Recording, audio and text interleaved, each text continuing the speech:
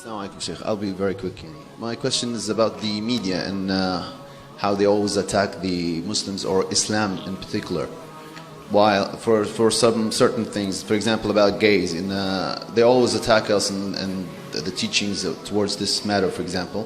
While in Christianity and in Judaism, it's the same punishment that exists. It's haram, and so why they're always, for example, focusing on Islam and not Judaism or Christianity, while, for example, also in Jerusalem, for those who've been to Jerusalem, and the buses in Jerusalem, for example, women sit separate than men, for example. So why, like 5 minutes ago or early, we were asked about why Muslims has to be sitting separate, men and women, but they never ask these questions to Jews or Christians, why specifically Muslims or Islam. Didn't we answer this question yesterday?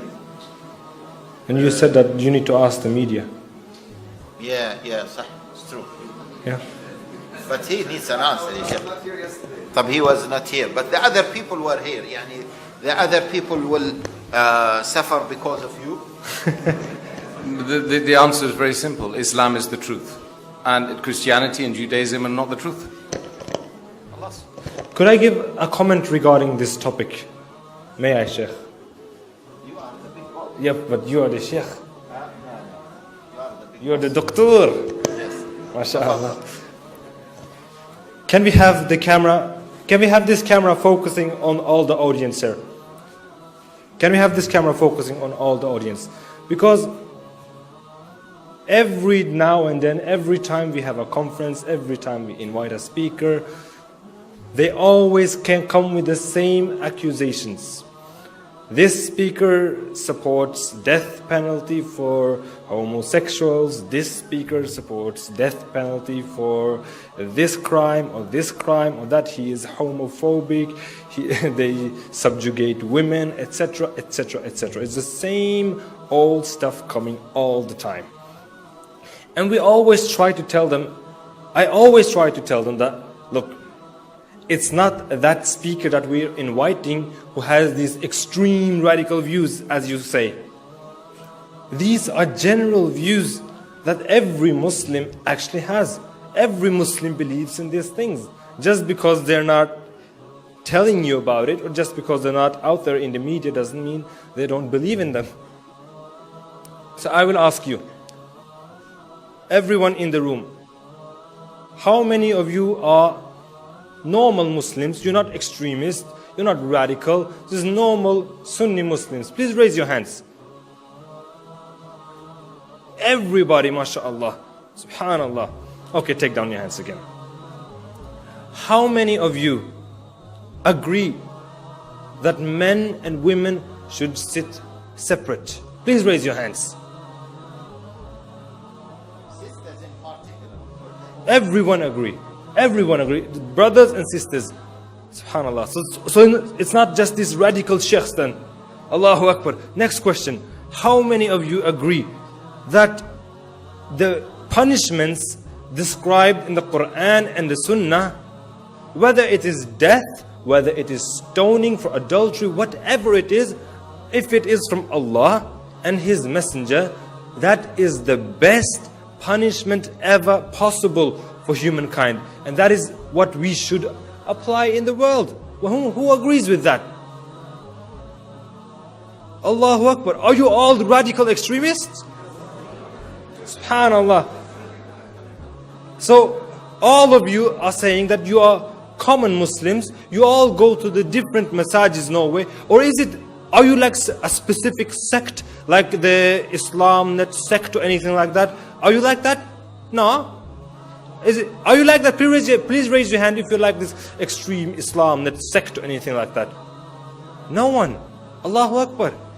How many of you just go to these normal masajids in Norway, the normal Sunni mosques? Please raise your hands. Allahu Akbar. So what's the politicians gonna say now? What's the media gonna say now? That we're all extremists? We're all radicals? We need to deport all of us from this country? Subhanallah. Allahu Akbar. Takbir! Takbir! Takbir! May we have the next question, please? From the sister side. Assalamu alaikum. Wallahi, this is the best answer I have ever heard. Good evening. I just wanted to say thank you for coming to campus tonight and presenting your point of view. It's always valuable to have two sets of views going on at the same time. Very useful. My name is Jumana Imad Musa Ahmed Al-Bahri, and I'm a student here at UCSD. I was reading your literature. I found that much more interesting than the talk. And I found some interesting things about the MSA, which is an organization that's very active on campus, and it is hosting our annual Hitler Youth Week. You should come out to those events. If you could clarify the connection between the MSA and jihad terrorist networks, because last I checked, we had to do our own fundraising, and we never get help from anyone. So if you could clarify the connection between UCSD's MSA, or if you don't have such information, if you could connect other MSAs on UC's, because the connection wasn't too clear in the pamphlet. Just if you could clarify. Okay. Will you condemn Hamas here and now? I'm sorry, what? Will you condemn Hamas? Would I condemn Hamas? As a terrorist genocidal organization? Are you asking me to put myself on a cross? So you won't. I actually have had this experience many times. You didn't read the pamphlet because the pamphlet is chapter and verse. The main connection is that the MSA is part of the Muslim Brotherhood Network as revealed in the documents. I don't think you understood what I meant by that. I meant if I say something, I'm sure that I will be arrested for reasons of Homeland Security. So if you could please just answer my question. If you condemn Hamas, Homeland Security will arrest you. If I support Hamas, because your question forces me to condemn Hamas. If I support Hamas, I look really bad. If you won't condemn Hamas, obviously you support it. Case closed. I have had this experience, I had this experience at UC Santa Barbara where there were 50 members of the Muslim Students Association sitting right in the rows there. And throughout my hour talk, I kept asking them, will you condemn Hezbollah and Hamas? And none of them would. And then when the question period came, the president of the Muslim Students Association was the first person to ask questions.